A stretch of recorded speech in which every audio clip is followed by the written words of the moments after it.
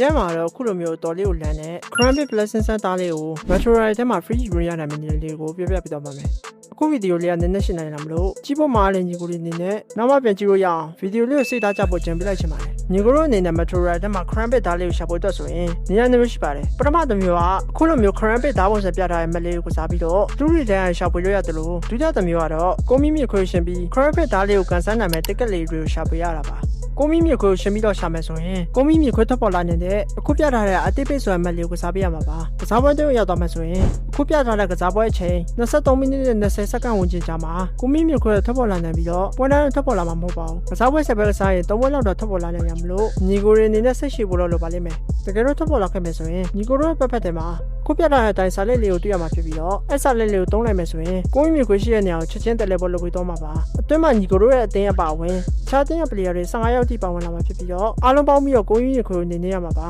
နေပြီးရတဲ့ player 15ယောက်လုံးတက်ကက်လေးရရှိမှာမလို့ညီကိုတွေအနေနဲ့ကိုမီမြေခွေကိုမပြစ်ပဲပတ်ပြင်းနေလို့လည်းရပါတယ်သတိထားမှာတခုတော့ရှိပါတယ်ညီကိုတို့ကိုစောနေတဲ့မလီကရှော့တော့ကနေပစ္စည်းလေးပြချခိုင်းနိုင်တာမလို့ရရှိလာတဲ့တက်ကက်လေးတွေကိုစေးပေါက်တဲ့ထည့်ဖို့တော့မမေ့ကြပါနဲ့ဒါတွေကတော့ Metro Ride ထဲမှာ Cranberry Blessing စသားလေးကိုရှာလို့ရနိုင်မယ့်နေရာတွေပါပဲအားလုံးပဲအဆင်ပြေကြပါစေနောက်ဗီဒီယိုမှာပြန်တွေ့ပါမယ်